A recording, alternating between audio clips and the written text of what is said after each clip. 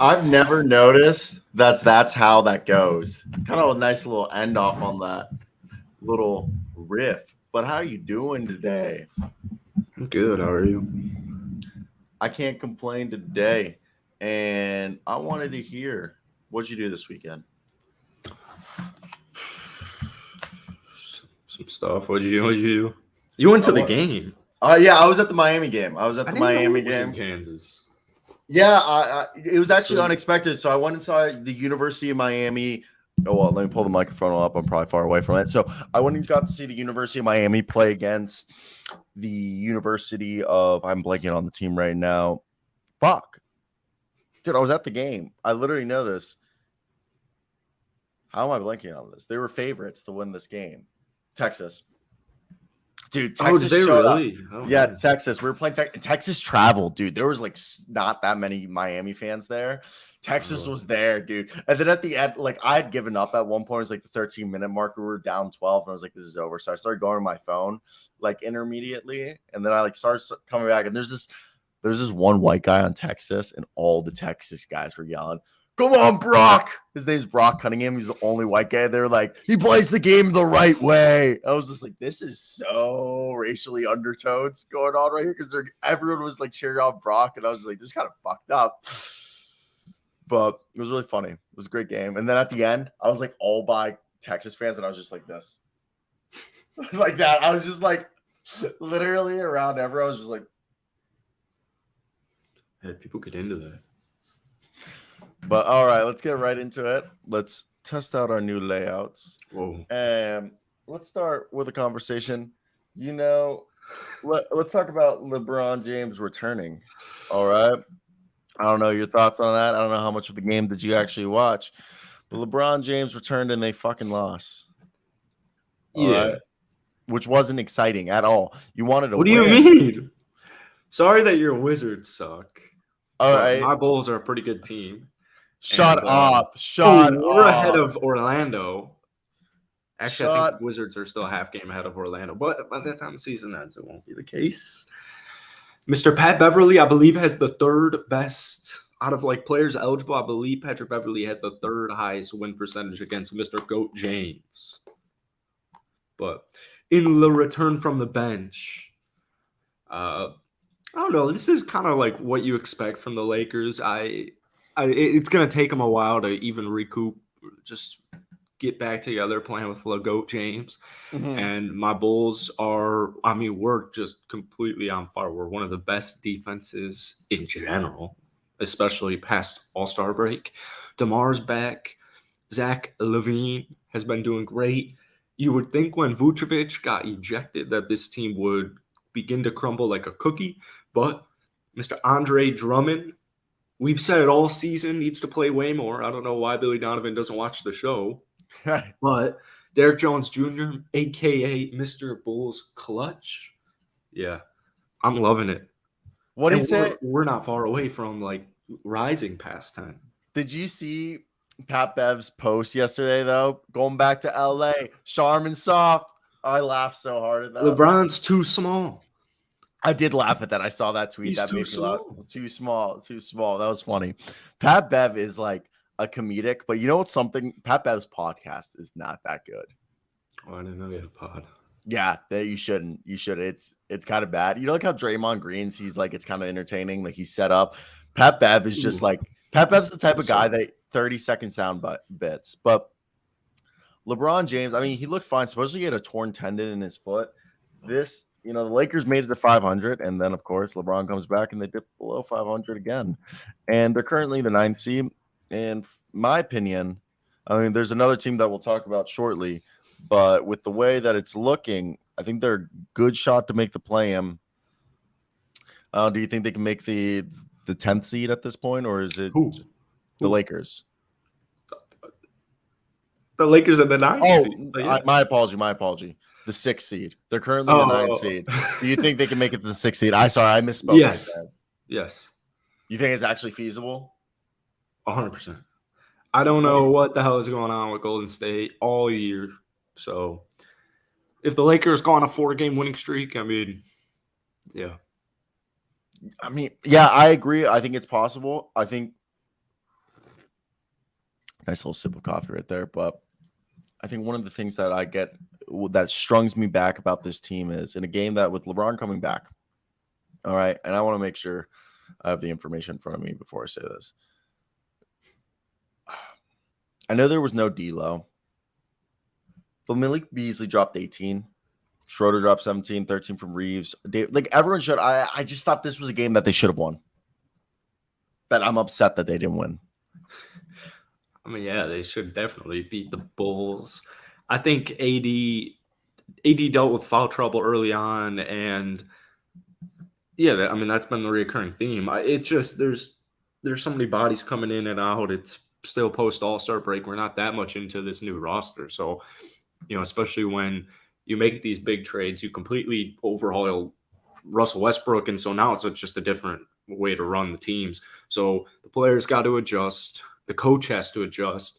And that's why, even as a Bulls fan, there's no way the Lakers don't win the game on Wednesday. There's just no way. Darvin Ham is very good at making adjustments, and he will make the proper adjustments. You got to get AD going more, but AD dealt with foul trouble. So I don't know, man. The Bulls are a lot better than people give them credit for. I think we're one of the best teams post-break. I don't have the stat. Never mind. I don't have the stat. That's just how you heard about that. But we are a good basketball team right now. I mean, I have faith in you guys. I'm just saying that. I mean, it goes back to our argument. Like, look, the Lakers. Obviously, they want to be the 7th or 8th seed if they're going to be in the play-in, my assumption. Right? If you're going to be in the play-in, you want to be the play-in team that only has to play one game. Yeah. So, I mean they're on pace. Like they just need to finish 7 or 8 at that point, in my opinion. 7 or 8, and it's golden. They would be there right now. I mean, the Timberwolves just keep finding ways to win games. The Pelicans have won 4 straight, which I don't think a lot of people were ready for, probably even know. They should be able to get there if they take care of their own business, but you play Minnesota soon. Minnesota might be after the Bulls on Wednesday. I think the Lakers only played twice this week, so they'll have the opportunity. Their fate, I think, still is in their own hands. I mean, they're only like a half game out from how many are they out from Golden? I think they're 1 game behind. Yeah. So it's feasible. It's definitely feasible. I will say, yeah, it's Golden State. They might get a little comfortable. I think Golden State really wants to play Sacramento. I will say that. I don't think anybody wants to play. I would rather play Denver than Memphis. So, yeah. I'm buying stock back into the Denver Nuggets. All right, so I need people to stop the slander with the Denver Nuggets. That's where I'm gonna be at. They don't scare me. They don't scare you. All right, let's talk. King clinch. Wow. Let's talk about. Last about. time you said that, Anthony. That is crazy. The Kings can clinch and not talk about hockey. Hey, I've heard there's been rumors going around that Kings fans are asking the mayor to build a statue in front of the stadium of this team just for ending the playoff drought. They're asking the mayor to erect a statue of Domantas Sabonis, Malik Monk, De'Aaron Fox, Harrison Barnes, and Keegan Murray for ending the playoff drought, not for yeah. winning a title. Okay, you're not finding that as funny as me, so goodbye. Do it, yeah. I'm all for it. All righty, let's talk about our man over here, Naz Reid, who had one hell of a game, and he's at least going to get the mid-level exception this offseason. But with every good game he has like this, it seems like the man might be getting more than the mid-level exception. This guy could be looking at, a deal similar to Christian Wood got a few seasons ago. Mm-hmm. What are your thoughts right there? Well, it's pretty cool. Yeah, I mean, Christian Wood got paid. Not as much as people were thinking, though. So it's not a crazy thought. Someone would have to take more of a gamble on Naz. Defensively, yeah, it makes sense. But, I mean, Naz has had a season like this 2 years ago. He now has the most 20-point games off the bench in the NBA.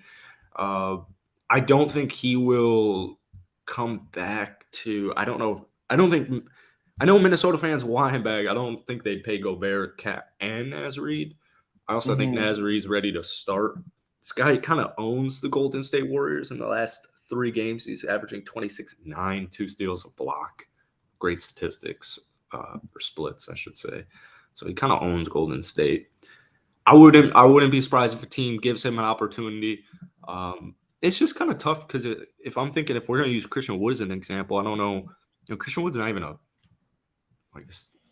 he's not a starter. So, but I believe Christian Wood was not a starter either. When he got paid by the Rockets, he was on a bad team, and it was like one season performance, and it was a culmination of prior season. See. You know what I mean? We're talking about Christian Wood's first contract. Yeah, with the Rockets. Ooh, interesting. That's what I was talking about. Christian Wood Rockets deal when he went from the Pistons to the Rockets after being a journeyman, and they paid him 4 years, $70 million or something. They gave him like $14 million a year, right? Give him like 3 years. 14, right? 3 years, 36, 38, something like that, right? They gave him like 15 a year, or like 3 years, 45. That sounds right. 3 years, 45. Yeah, I think that's what he also just got from Dallas. I thought Dallas didn't extend him. Oh, sure, you're right. Yeah, we traded him, and he's on an expiring contract. Yeah, you're right. 3 years, 35, 45. Something like that, because they brought him in to be with Boogie, James Harden, and they brought him in to be with James Harden, Russell Westbrook, PJ Tucker, Eric Gordon. All right, that's I'm gonna leave Boogie out of that. He didn't. There was Naz Reid though. Naz Reid, this guy's been on a tear this season. 18 minutes a night, 11 points. But those numbers aren't real. Don't look at his season stats. The stats you got to look at when you look at Naz Reid. First off, as a starter this season through 11 games, this is a guy who's averaged 16.5 points, shooting about 5 threes a night at 33.3%, 50% from the field on 13 shots a game, 7 rebounds, 2 assists, a block a night, 1.5 steals. Now, since the All-Star break, he's been doing that, but shooting 37.7% in 13 games from 3, 57% from the field on 11 field goal attempts, 16 points, 6 rebounds, assists and a half, block and a steal a game. What are your thoughts on Naz Reid, and do you think a contender will pay? Because this guy, people don't realize 6'9", 264, but moves like a ballerina. Thoughts? Let me hear.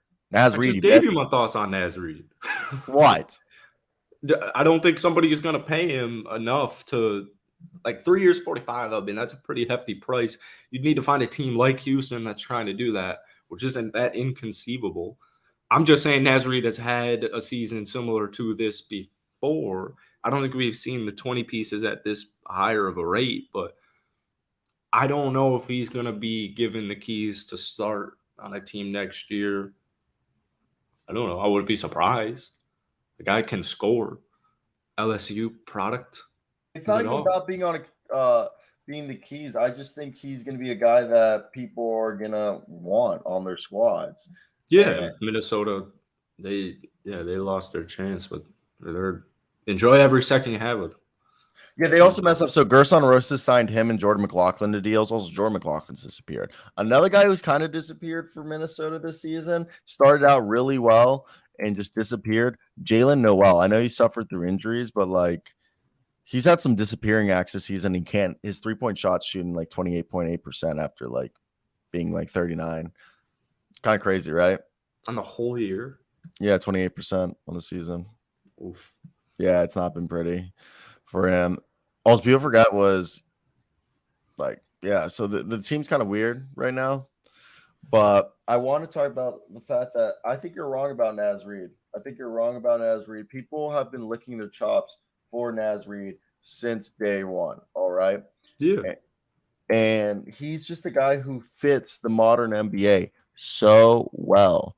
And I just think it's it'd be foolish of us, okay, to think that somebody wasn't going to pay him. I think he's going to get like PJ Tucker money. What's PJ on a 1 year, $3 million contract? 3 years, 40 million. Years. 3 year, 40 million. Yeah, and that was the worst contract ever. PJ Tucker is so bad at this point in his career offensively. Hopefully he can turn that on in the playoffs. But yeah, okay, 3 years, $40 million to me is not getting paid. To me, getting paid is like $20 million a year. So yeah, somebody's going to pay Naz Reid. I wonder what team is going to give him, because he should have options. If I'm Naz Reid, I want to get paid, but also I more so want an opportunity. I'm off my rookie contract. I've been coming off the bench for 4 straight seasons. I've had 2 really good years with very limited minutes. I've proven myself when I'm starting that I can be a starting level center. So pay me, but also guarantee me at least 25 minutes a night.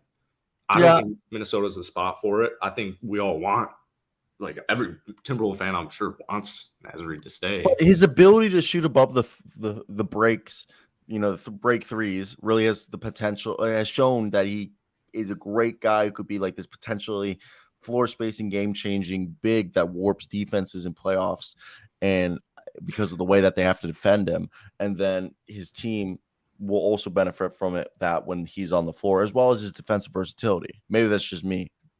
But no one's arguing you on that fact. What we will see, though, in the playoffs is how many minutes is Naz Reid going to play, because I don't think he'll play more than 15.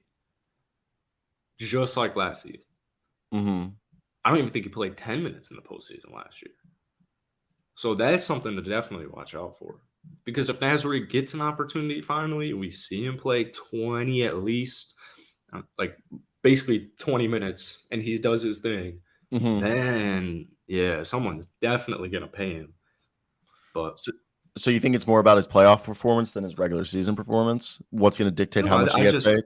I'm curious to see, because they didn't use him much last year, and now you have even more. Now you have Rudy Gobert. So if he didn't play last year, what's going to happen this year? No, I mean, I understand that. Hey, Dre saying Naz is him. Naz is him. Naz is it. Yeah. I agree. Hey, I think Naz is a guy that you can use in certain lineups a lot better than people will give you credit for. I think he's a guy that definitely is very versatile. I think he's in T-Wolves need to keep him, but I also think the T-Wolves have kind of screwed up, and they should have. I don't think he's going to stay there because he doesn't want to. Yeah, they seem to screw up a lot of things. You're telling me, buddy, been a fan of the team for 10 years now, over 10 years. We'll see, though. They've won, 3 straight now? I think it's 4 straight games where they haven't given up 100 points. Karl-Anthony Towns, the difference maker, baby. Karl-Anthony Towns, back-to-back games since coming back, has had the game-winning shot or free throw. Is that insane? What a stat. What a stat is that. Good for him, honestly. Jalen McDaniels is the best defender in the NBA, potentially. I think he's a future star. Future star, he says. Star, yeah. No, I think it's definitely interesting when you look at it. I think he's a great player. I think he's a guy, at the very least, is going to be the best defender in the league for a while, maybe. Wow. But that's that's the least he's going to do. That's a crazy. I mean, I think, yeah, because if his offensive game doesn't come around, he'll just be like this fucking defensive maestro like Robert Covington. Rocco hey, is Tyloo, play Rocco, please. And if not, when Harden comes back to Houston, Stone, you know what to do. Make the call. You know what's a bad team? And supposedly this man's sad. He's real sad. He doesn't know what's going on. Sad. Luka Doncic. He's frustrated with life. Not only because of basketball. He says, I don't have fun anymore. I used to be smiling. All right. He says it's stuff in his personal life. Also, can we give a shout out to Dwight Powell? Dwight Powell has like one coming out party a year, and I guess he used it last night. Dwight Powell's a freaking dog, man. I love Dwight Powell, but like, Dwight Powell had 4 minutes, 0 points last night. You didn't get I don't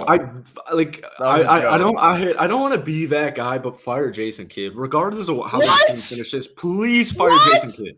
Why are you that guy? You are being that guy. Why? I have a top 5 player in the NBA and I'm below 500. What am I doing? What are we doing here? Western Conference Finals last year. Congratulations. Now, what do you got for it this year? Jack Diddley squad. I know he didn't make the trade for Kyrie Irving. Nobody ever thought Kyrie and Luka were going to work. Nobody thinks that. You can't have 2 ball-dominant guards share who both can't play defense. Oh, when they try, it makes up for it. I think beat Charlotte once in a 2-game split. Beat them once, and we can talk. They're below 500. Here, I will tell you exactly what's going to happen if they miss the playoffs. Jason Kidd will be fired. Kyrie Irving will not return. Luka Doncic will demand a trade. You don't think Kyrie's going to stay? Kyrie no. I don't think Luka wants Kyrie to stay. Though. He does not. It's not going to work. It won't work. It hasn't worked. What are they, 5-14 since he's gotten there? It's not working. It was something they had to do, but it's just not working. Let go, TP. Also, Anthony Sanchez, we've been doing this for about like 10 months, Monday through Friday, 9 a.m. We do this often. We do this very often. TP. So TP. But either way, I think Jackson's over here being a bit of a hater. You want a fun fact? Luka has more technical fouls than the Mavs have wins versus teams below 500. How's that? Is that being a hater? That's called being bad. Okay. So you're just saying that we're being bad then? Or yes. No. The team that's out of the playoffs with 2 great players are bad. Yes. That's exactly what I'm saying. And that's exactly what I said when the trade happened. And it's the same thing what you're doing to me right now, where it's like you're just being a hater because you're saying it's not going to work. It's not going to work. It's not working, and it won't work in the future. Well, I think right here also, I love this little layup I just made, like on the fly. Do you like this one? Yeah, this little side to side. Yeah, nice. Isn't this one? Yeah, this one's nice. This one came out nice. I did this one on the fly. But either way, I think someone commented on one of my videos very well that I thought it was a great comment. And it was the comment that when they traded Dorian Finney-Smith, they fucked up. Because Dorian Finney-Smith was part of the culture. It wasn't just the defense. It was the defensive culture, that switchability, that this team was part of the reason why they went on the run last year was this. They had Reggie Bullock, Dorian Finney-Smith. They have Josh Green this year. They have these modern day, 3-and-D wings that can guard multiple positions who are willing 3-point shooters. We're not going to sit here and say they're elite 3-point shooters, but they're willing to launch threes at a rapid rate. And I'm like, TP is with you saying it's not working. I'm with TP, though. I want the Mavs and Kyrie to succeed because I just want their basketball. We all do. They have been together for 6 weeks. They were the 4th seed, right? Yeah. To me, the 4th seed's pretty good. They're 5-13. I get it. You made a big time trade and you have to adjust to it. And you're right. Losing DFS is huge. Guys like Josh Green are not ready to come in and help fill in that gap as much as guys like DFS are. So there's going to be a training period, but clock's ticking. Your time's actually almost out because Luka's going to want to leave soon. I mean, that is understandable. I mean, the thought of that. We got Lillard, Blazers, bad players. Those are just fragments put into a series. It's not a sentence, but look, that wasn't a sentence. It was just a bunch of it was a bunch of fragments. Yeah. No, I understand that you gotta keep Luka happy and you gotta keep him there. I mean, the guy does look disinterested with basketball. A guy who does not look like the Luka that we've seen for the last few years that we have come to love. So, yes, it puts you at a juxtaposition that, they might have fucked up right here. Yeah, I will also say, like, Luka complains so much about the refs. I don't know if this is how they handle it in Europe, but typically when you piss off referees, the people who are calling your games, and you do it every play when something doesn't go your way, every game over the span of several seasons, these refs are thinking in the back of their head, fuck you. Fuck you. Why are you telling me how to do my job every time I ref you? Get back on D. Get back on D.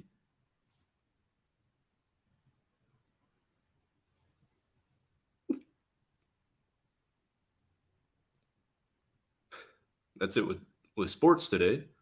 Go back to Cyro Asseo. He's live in Topeka. Hello, bitch. Sorry, maintenance knocked at my door. So, no, look, Luka ain't going anywhere. Anthony says Kyrie's gone for next year. Now, Mark Cuban won't let go of Luka. I agree. Mark Cuban will literally go up to Luka and he goes, look, I got $1 billion. I got 3 sons that I don't love as much as I love you, Luka. I will give up my firstborn child to keep Luka. I bet you that's what Mark Cuban's thinking. All right. Mark Cuban kept Dirk Nowitzki in Dallas for 21 fucking years. You're telling me you think Mark Cuban's going to let Luka Doncic walk? Well, they won. Yeah. In year 16. I don't think it was year 16, but you get my point. It was late in his career. Dirk was 34. Dirk was at the end of his prime. They got a championship the last year of Dirk's prime. They beat Mr. GOAT James. Yeah, because Dirk Nowitzki was an MVP candidate. You want to hear? All right, let's go through it. Dallas Mavericks won the chip in 2010, 2011. They won 57 games. Dirk came in the league at 96, right? Do you want to take a guess? The last time they won in 2010, right? 2010, 2011. Guess the last time they lost under 50 games. 2010, 2011. 1999. All right. They went 10 years straight winning 50-plus games. Yes, that's because you had the greatest shooting big man of all time. Okay, so I have Luka Doncic, a generational basketball player who's changing the game. Why am I below 500? First off, there's more talent in the league now. Why am I below 500? There's way more talent in the NBA than there was 20 years ago in terms of there's way better players. B, there's way better teams now, so it's harder to get 50 wins, especially in the Western Conference. And third, all right, Luka Doncic, the Dallas Mavericks so far have failed to properly give Luka Doncic a running mate that is perfectly suited to play off of him. You're crazy. What do you mean? Kyrie, are you talking about Kyrie Irving? That's a ball-dominant player. Yes. Why would I pair a ball-dominant player with another ball-dominant player? That's what I'm saying. They have failed every time to put another player who perfectly complements Luka Doncic. Luka Doncic has won in his entire basketball career, and then he gets to the NBA and they have one good year. The Dallas Mavericks, since Luka has gotten there, has one good year. I'm saying the clock's ticking. I'm not saying this is the guy that they should go out and get, but the way he plays as the closer for the Milwaukee Bucks is what they need. Chris Middleton. They need Chris Middleton. Yes. Yeah. Wow. I'm not saying that they need – that's funny that you said that. That was Jinx, you owe me a coach. But I'm not saying that Chris Middleton is the guy they need, but he might be. He might be. But he's that type of guy where in the fourth quarter, Giannis knows that he can give the ball to Chris Middleton, and Chris Middleton can close games out for the Bucks. All right, but Chris Middleton does not need the ball in his hand most of the game. He can play off of Drew Holiday. He can play off of Giannis. They have never had that guy. Because as much as I love my guy Kristaps Porzingis, they tried to make Kristaps Porzingis the stand and shoot guy, and not let Porzingis they just didn't mesh. And same thing with Kyrie. They were trying to recreate the Jalen Brunson thing, but Jalen Brunson came up with Luka, so Jalen Brunson knew how to play with Luka. Kyrie literally has a month or so to learn how to play with Luka. Yeah, Kyrie and Luka, it's tough too. I heard, when I was in Houston, I heard rumblings from the Houston Rocket community that Luka Doncic does not like to play with the superstar talent because he wants to be the superstar talent. And I'm not saying that's a true statement. I'm just saying Who was drafted in 2018? Food for fodder.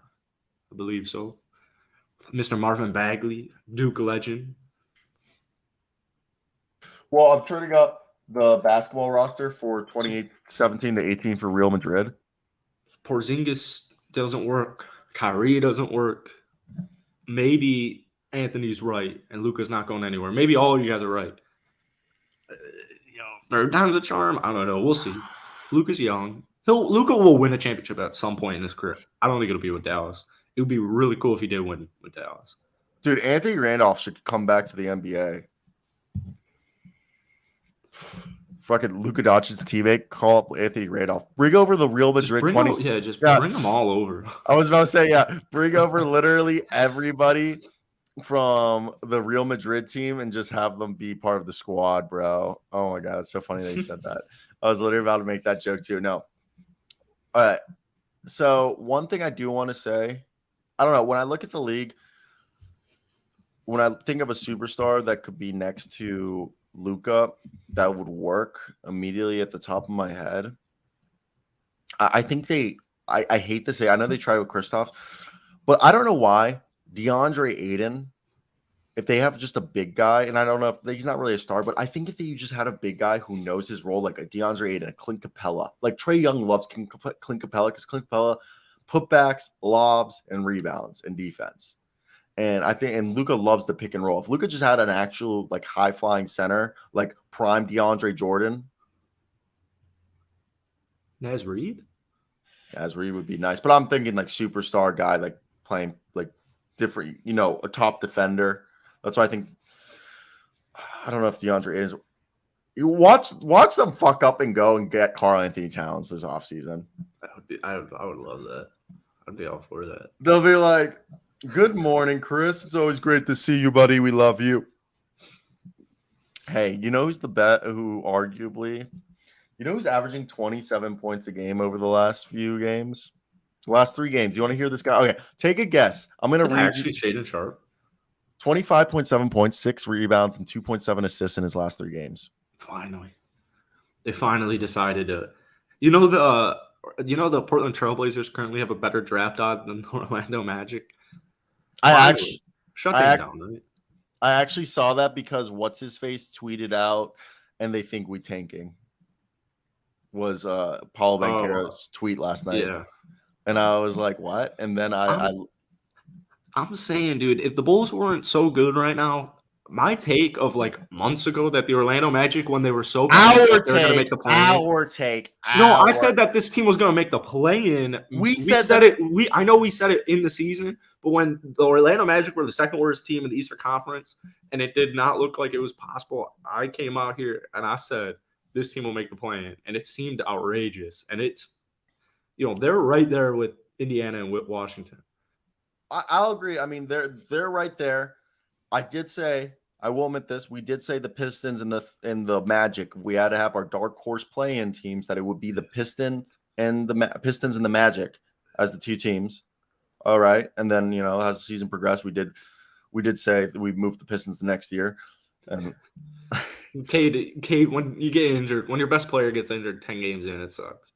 Chris, thanks, Brody. I was actually at that game. All right.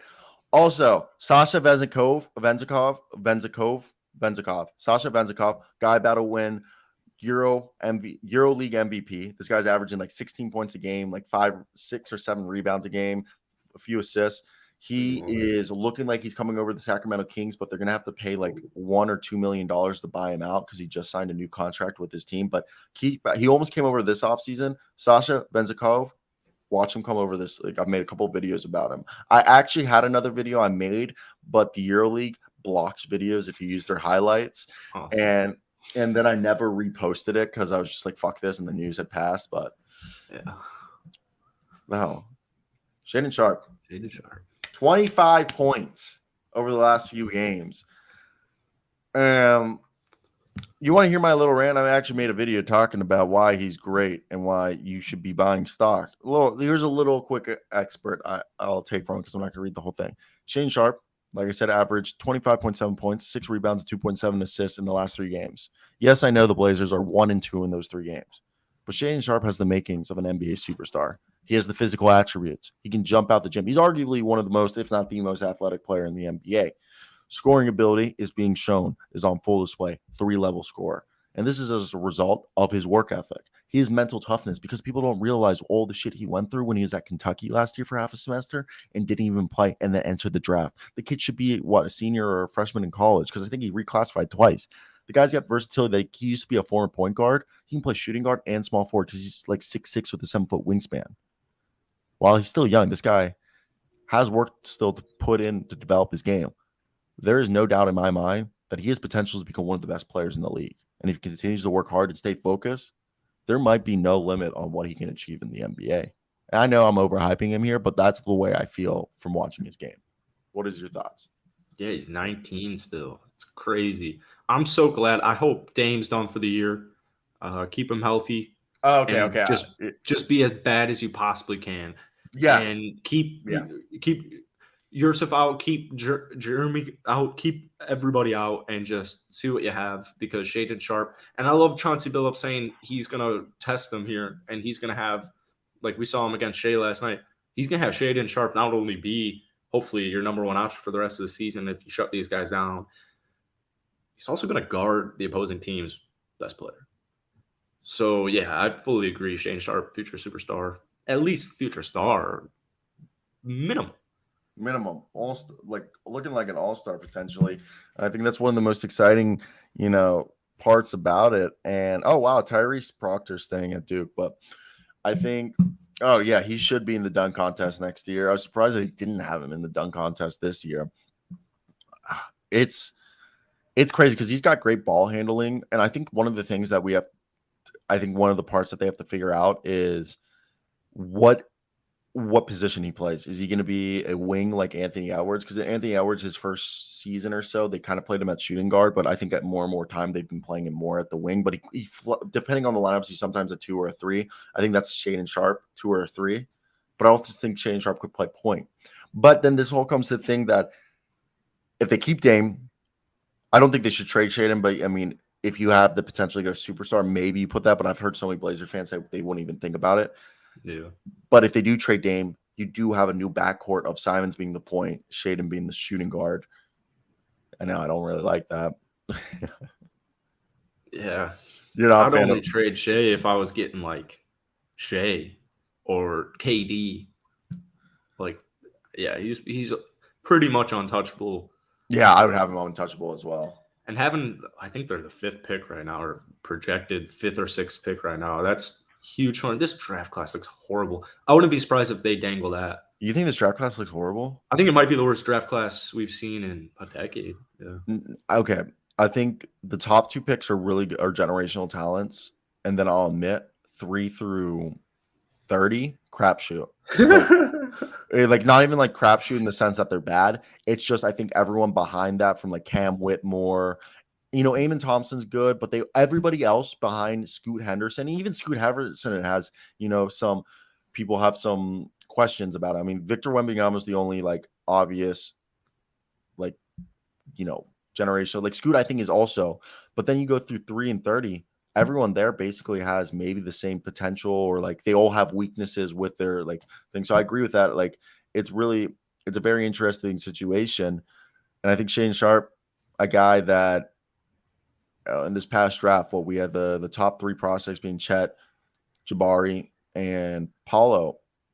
And arguably Shaedon had the same level of potential. And the only reason he didn't go as high as those guys was the fact that we didn't get to see him play basketball for a year. He didn't play in college. Yeah. Why would he? And I agree, Chris. Shaedon Sharpe should try to play 2 or 3 because he's crafty. He does have very good handle. You got anything else to say about Shaedon Sharpe, or do you want to move to the next topic? Let's move to the next topic. Well, let's answer a couple questions we have in the chat right now. First one is coming from Anthony Sanchez. Oh, yeah, Keegan. Sorry. And what? Shout out Keegan Murray. Oh, shout out Keegan Murray. Yeah. have we seen the last of Lonzo Ball? I don't know. I will admit there is a video from Brian Sutter, MD. I'll flash it on the screen in a second. And I've been wanting to watch it because he actually breaks down the knee injury, like surgery of Lonzo Ball. It's right here. This is what the video is called. I'll just share the screen. This one right here is Lonzo Ball's career over. I have not watched it yet. I love StreamYard commercial, but right here, this is what it's called. If you guys want to check this video out, is Lonzo Ball's career over? Doctor explains cartilage transplant. I personally have not seen the video yet, but Brian Sutter, MD, is like one of the best sports like doctor YouTubers. Whenever major injuries happen, he usually puts a video out like within the hour. So that's definitely something I want to watch. I personally, and I told you this, when Lonzo Ball had the knee debridement, I brought up the point, the only other NBA player I was aware who had a knee debridement was Amari Stoudemire, and his career was over 4 years later. And ever since he had that surgery, his numbers got worse and worse. So I didn't think it was optimistic, but there was a report that came out about a week later after we heard that he was having this cartilage transplant, that there was optimism not only within Lonzo Ball's camp, but within the organization of the Chicago Bulls, that this is the procedure that is going to be needed for Lonzo Ball to come back. And we will be talking about that. I have videos already being uploaded about that. And yeah, so do you think this is the last time we're going to see Lonzo Ball? I think he'll come back. I think he'll be back. Yeah. And let's talk about this real quick because I did want to bring this up. I actually am uploading a video currently, or it should be uploaded very soon, discussing this. But Ime Udoka, so Nick Nurse might be fired by the Toronto Raptors. And if he's fired, the Rockets are interested in Ime Udoka, but their backup plan is Nick Nurse. The Raptors, if they fire Nick Nurse, they want to hire Ime Udoka. So basically, Ime Udoka are either Rockets or Raptors. We probably think the Raptors, and then the Rockets would be like, all right, we'll take the spare parts in Nick Nurse, who is still one of the best coaches in the league, in my opinion. But let's get right into it. What are your thoughts from this initial report? Are you shocked by this? No, I absolutely love it. Ime Udoka is the perfect coach. He's a great leader of men. He gets the most out of his players, and I would love him. Come to Houston.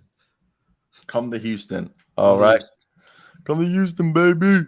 I think, look, I'd rather Ime go to the Raptors, and I think the better coach for Houston is Nick Nurse. Nick Nurse, 3-point modern guy. Supposedly Nick Nurse is actually interested in the Rockets job. Like there's actual like mutual interest. So for me, I think that's like really cool. And hey, what is your initial thoughts when you look at a situation like this? How, like, because people are gonna try to act like Nick Nurse is a bad coach, but do you agree? I think the problem here has been more Masai Ujiri not giving Nick Nurse the proper like young players to develop and just not helping him have a team to really, it's been this, it just feels like they've done the same stuff for the last 4 years and expected different results since winning championship. Like what they say, the definition of insanity is doing the same thing and expecting different results. Yeah, I mean, they need shooters, and they've needed shooters for quite some time now, but they also got horrible injury issues in the last 2 years before this year. And yeah, I think change is needed. And it's coming. Change is coming. Do you think Ime Udoka, what do you think will be, do you think the team will stay the same? I mean, he's a leader of men. We all know that. But we also know that he had an unfortunate end to his time in Boston. So I don't know. I think it's definitely something to look at. It's just weird because everyone's going to be like, well, he's a predator. And I'm like, I don't know. It's like, what's his face last night? Greg Popovich, one of the most progressive head coaches in the NBA, came out and showing support and said that he expects Ime Udoka to be on the bench. And assume. Yeah. People make mistakes. Yeah. And, Ime's personal life. So can't really. Yeah, I don't really have an opinion on it. Maybe at least like the Raptors will have a guy to go party with. Supposedly, Ime Udoka, big partier. Well, then Houston's the place to go. You think? Over James too. Oh, you think he's a big fan of the cheeks, the burlesque dancers? Well, I would imagine. If I had to guess. I heard a story where a local Boston news media company were trying to interview MA and his wife, and somebody was like, nah, they ain't together, because they're only together they're estranged. But let's pivot right here and let's talk about Nick Nurse to potentially to the Rockets. Do you like that? If MA goes to the Raptors, because I just think the better fit is Raptors get MA because they're trying to be championship. Nick Nurse is a great developer of talent, in my opinion. I think he's the perfect coach for for Houston. And I think he'll get a long leash. And imagine, what if James Harden comes back and they have Nick Nurse as the coach? That's a whole 3-point shooting team that would just eliminate you with the 3-point shot, because that's what Nick Nurse loves: transition and 3-point shots. He's Daryl Morey's project, like a coach version of what Daryl Morey would want. Yeah. I'd rather have a cardboard box coach my Houston Rockets right now, so I'll take definitely Nick Nurse. Did you know this is the last year of Steven Silas' contract that is guaranteed? Thank God. It's one of the worst records ever. Supposedly, that's part of the reason why he's gone such a long leash is his contract was fully guaranteed for so long that they just couldn't, they just were like, look, it's going to be way too much money to move on. It's kind of sad that that's their, but that was their whole reasoning for. So I don't know. I think Nick Nurse also, I think it would help going to a team like the Rockets if he can make them good again. He would rebuild his image, because I still think he's one of the best coaches in the league. I just think his time with the Raptors, they've made it seem like he's not a great coach, and I think that's messed up, when I think he's one of the better. What are your thoughts? Yeah, expectations get high, and when they're not winning, people are getting mad, People will get antsy. Exactly. So for me, I think it's just it was a bigger thing than people were imagining. So for me, I think as more and more time, if he gets that opportunity, if he can turn the Rockets into looking like a competent basketball team, everyone will be giving Coach of the Year, because they looked like shit for 4 years with Steven Silas. And if he can make them look like an actual basketball team in 1 year, even if they don't win a bunch of games, that they just look like competent, Do you agree with me that he would be someone that would be a front runner for Coach of the Year? But me, I've talked about how much I love Nick Nurse. I think he's literally such a smart coach, and his journey. If you guys want to read a really good autobiography, go read the autobiography of Nick Nurse, because it's one of, if not, in my opinion, one of the best autobiographies you can read about coaching. And if that's something that you're if you're in, I love reading anything basketball related. I don't know if you're like that at all. I live off the basketball stuff. No. Good. All right, let's change. Let's pivot. Let's talk about something else, because I know this isn't what's getting your feathers rumpled right now. Am I right? Ruffled. Yeah.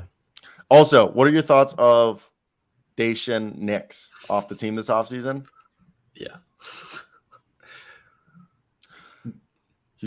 Thomas Perry said, I don't think the media or front office tagged on him. We all like Nurse. It is what it is. MJ selling his ownership of Charlotte. Does that mean they finally be good? Asking for my friend Charles Barkley. I mean, I think the reason why it hasn't worked out in Charlotte is not because of Michael Jordan, but more so that the people who've been running the front office, Mitch Kupchak's 80 years old, and he's literally only in charge because he won like 3 championships with the Lakers in the early 2000s. So that's kind of weird. But yeah, Daishen Nix. Charlotte might make the plan next year. You know who the best defense in the league is post All-Star break? Who? Charlotte Hornets. Are they really? I think defensive rating wise, yeah. The Mark Williams effect. Mark Williams is freaking insane. People don't realize Mark Williams is an absolute dog. But you know what team's been a dog and who also has great defense, and it's in part because of a man who might win Defensive Player of the Year? Oh, man. Jaren Jackson Jr. And if you guys are watching right now, hit that like and subscribe button. We're on the way to 2,000 subscribers. We're live Monday through Friday, 9 a.m. to 10 a.m. And we're also, if you miss this live, we do post this on streaming services for podcasts, even though it is a live internet NBA show. And we're starting to do short form content. So check out our Instagram, Twitter, TikTok, YouTube Reels, whatever you get your content from. So Jaren Jackson Jr. and the Memphis Grizzlies. I think they're a team that people count out, but since Ja has come back, Luke Kennard, Mr. Deadeye, the three-point shooter that they needed, is playing phenomenal. What are your thoughts on this team? Let me hear them, Jackson. Who doesn't have a career night against the Houston Rockets? It's like everybody. Just here's a career high. Oh, Dwight Powell, you want 30 points last year? Here, have it. Yeah, that's a whole nother thing. You know, they say it takes a village to raise a child, and I think the situation Ja had and what's led to it afterwards, the support around him with his teammates believing the world in him, the coaching staff believing the world in him, the Memphis city believing in him, the community bringing everybody together and giving nothing but praise and love and support for Ja Morant. I think it just breeds confidence, and Ja Morant's a special player, and now you got Triple J ascending to a star, Depoy. And I think right now the Memphis Grizzlies are the best team and the hottest team in the Western Conference. Wow. I think they're a hot team. That three-point shooting, Luke Kennard just spaces the floor because they had Desmond Bane, but they didn't have another dead eye, like a guy who would come out and just drop buckets. And I think that's something that like held them back for a little bit. You know what I mean? And now having Luke Kennard out there with Desmond Bane and Ja Morant and Jaren Jackson Jr. and either Santi Alama or Xavier Tillman, they literally can just go, oh, guess what? We're just going to act like we're going to drive and then kick out three-point shot to either Luke Kennard or our man, Desmond Bane. And that's why I think it's been that fantastic. And why it's working so well is because the floor spacing, they have so many options. And then you also have David Roddy, who's launching three. Like this team has so many guys who launch threes, even though they're, you know, the team isn't necessarily filled with a bunch of three-point shooters. It's just a bunch of defense, transition, and three-point shots. And then you got Ja Morant destroying the inside. Sorry. Yeah. That kind of sounded gay. I think if I had to, and I'm not making a prediction right now, like we should do predictions this week. If I had to make a prediction right now, and you know I've been hesitant of the Memphis Grizzlies because of my Golden State Warrior fandom, a little bit of a rivalry there. If I had to take a team in the end to get to the NBA Finals in the Western Conference, I'm taking the Memphis Grizzlies. Oh, no, completely. I get that. I have Memphis up there. You know, I want to stick with my Denver take from earlier in the season that I felt really good about. All right. So poorly. It might have aged really poorly. Well, no, I mean, they're the best team in the West record-wise, but I don't know. I think people don't believe me when I say Jokic defensively in the playoffs gets ripped to shreds. And if they get a matchup against Golden State or if they get a matchup against Phoenix, Chris Paul, Mr. Steph Curry, they're going to eat him alive. Oh, my goodness, they're going to eat him alive. Whew. Yeah, I'll take Sacramento over Denver any day. Yeah, I get Michael it. Porter Jr. is going to be 25. We got a completely different convo, but I don't know. We'll see. I'll admit, I don't know what's like the perfect it's just like the situation you got here, especially with the Grizzlies. Like, can they go all the way? I think they have the talent. I think they have the defense, but at the same time, like, should we count, like, will they be mature enough? Is that me stupid for saying that? Is that a stupid, like, thought process? Like, will the inexperience be a problem? I don't think they're inexperienced anymore. You think I they've think grown they have up? plenty of. They're all The grown up? only guy, I mean, Dylan Brooks is Dylan Brooks, baby. Dylan Brooks. He grinds my gears, but not a fan of Dylan Brooks. I wouldn't be surprised if our Western Conference Finals was Sacramento. He's better than Draymond Green, he thinks. Yeah, I disagree, Dylan. He thinks he does everything Draymond does. All right. Damn, you don't believe? You don't believe? No. Dylan Brooks is a guy you want on your team, though. Yeah. And he fits Memphis perfectly. How much do you pay Dylan Brooks a year? 15, 10? I'd pay him 5. I don't think he'd take 5. I'm just kidding. Yeah, 15. I don't know. I don't think he'll be back in Memphis, unfortunately. I don't know either, dude. And I feel it's not a bad thing. Wow. I'm just saying. Wow. I think it depends how far they go in the playoffs and how he plays the playoffs. Like, if he shits the bed. Yeah, offensively, he's had better years. Oh, yeah. But he's also shooting way more than he's ever shot before, which is just so funny watching Dylan Brooks out there. But let's go over here. And is there anything specifically that we wanted to talk about? I saw someone comment, no Keegan. Is there anything else before we do the games? Yeah, Sacramento's a great team. I have them to go to the NBA Finals, but that's more of a biased bet wise. Oh, real quick, Lou Dort is not a cornerstone to Oklahoma City anymore. Like just at all. He was at one point. Yeah, and that's why they weren't good. So let's talk real quick, Keegan Murray, and then we'll play our games. And look, this is definitely Keegan has been. I'm surprised. I feel like in any other year he would have been maybe a rookie of the year. By the way, we have 11 people watching, at least on YouTube. We probably have more on Twitter. Hit that like and subscribe button. Check us out on Instagram, Twitter, TikTok, YouTube. We're posting short form content, reels.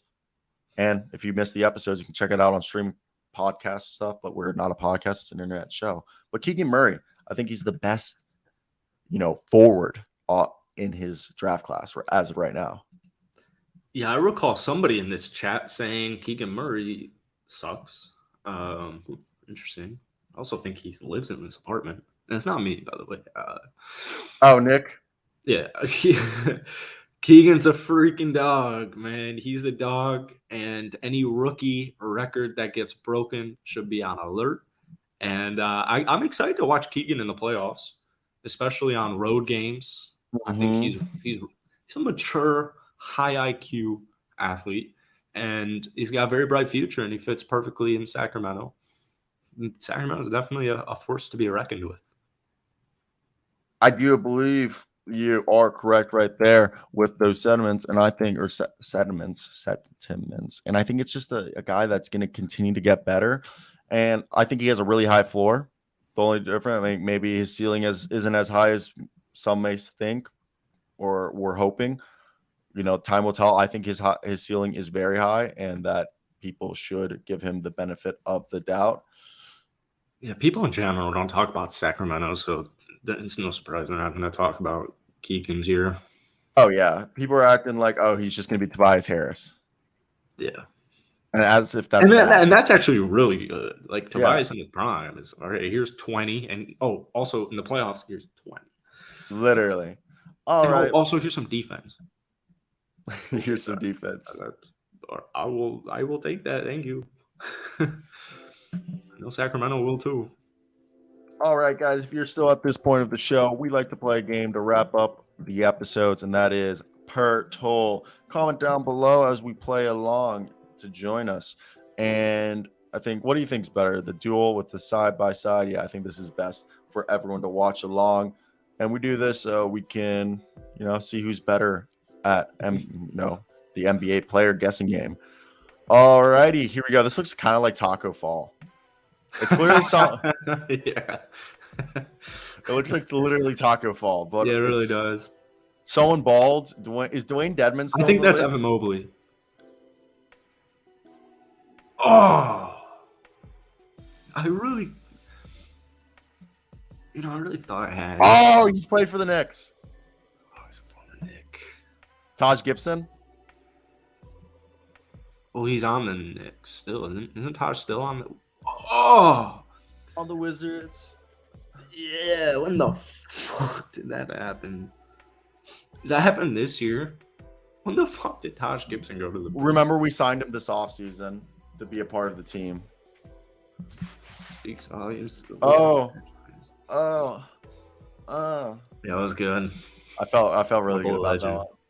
I felt real good about that one. Just blur out. I'm gonna blur out this flag here. It did look like Taco. What was your flag? Chicago.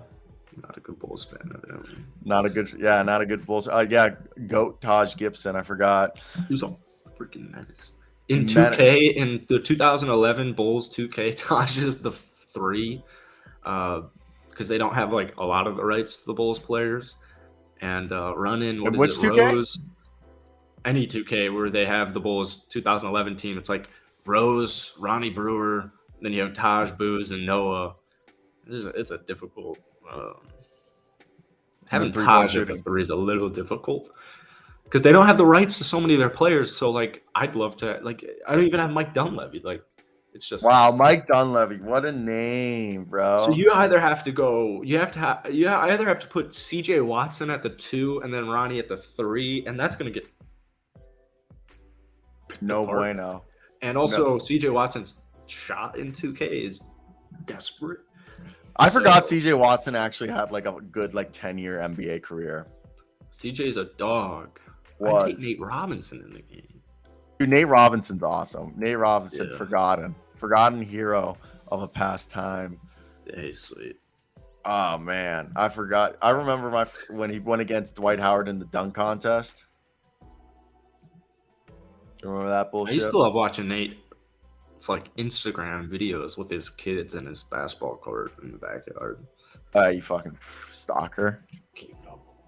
I'm a Bulls fan. I'm gonna support my players. Come on.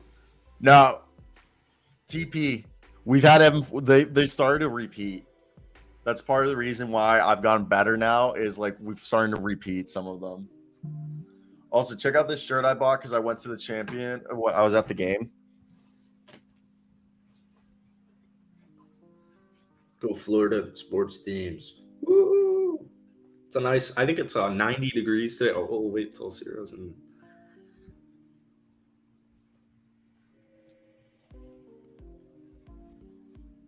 Nice. You gotta cut those sleeves off and head on over. Listen to this bullshit. I went to buy that shirt. I go, okay, give me a hat, give me a shirt after the game. She goes, $110. I'm like, what? She's like, yeah, it's $50 for the hat and $50 for the shirt. I looked at her, I was like, just give me the shirt. I'll wear that way more than the hat. I was like, I can just buy a hat from China. And I was like, are these gonna be online? They're like, supposedly none of this shit gets sold online. It's only sold at the game. The stuff that I bought. I'm sad that I didn't get the hat because it was orange and green alternating. So it started with where it said U orange, then it was M green, then it said final in orange, and then in green 4. So it was like diagonal orange, orange, diagonal green, green. Kind of cool old white hat. Oh wow, okay. Yeah, it was kind of a cool hat. Regrettably didn't, but it was $110 on like 2 things, bro. Like I couldn't. The Jew in me couldn't let me sell it. Like, did you eat at the game? Yeah, dude. Listen to this bullshit. I spent $40 on a water, a tall boy Coors Light, peanut M&Ms, and a thing of popcorn. Albeit when I go to pick up my popcorn, they're like, we're out of popcorn. It's gonna be 10 minutes till we can make some more. The game's starting. I'm like, I'm not trying to wait or come back to my seat from my seat. So I'm like, just give me nachos, which they fuck up and they get nachos in my tray outside of like the nacho sauce part. And so I put my bag, they put the bag there. So the bag gets nacho cheese on it. So when I open the bag and I'm eating, I get nacho cheese sauce on my fucking pants. Classic. It was I was so infuriated when we were leaving. I was just like, this was fucked. This was not worth $40. But Chris, yeah, no, it was a great game. Isaiah Wong was dope. I think the real story is Nigel Pack. He was a dog. But I am going to head out. I actually do have in 20 minutes an interview I got to do. So I'm going to head out. You got any closing thoughts before we leave these beautiful people with their own thoughts and opinions? Lou Dort sucks on offense. Lou Dort regressed. You remember when Lou Dort went God mode and hit like 10 threes in a playoff game? Lou Dort will have 30 points sometimes, and I'll just be like, I don't know how. I don't know how. All right, guys. Thank you for watching today. Great start to the week compared to how we went last week. I also am loving the new little layouts I've done. Yeah, it's perfect. I really like this one and this one. Yeah. Well, I did this because it's going to help for editing when we don't look as distorted. Like it's not as pixelated. All righty. Cheers, guys. Hope you guys have a great day because we know we will. Yeah, it's 90 degrees. Peace.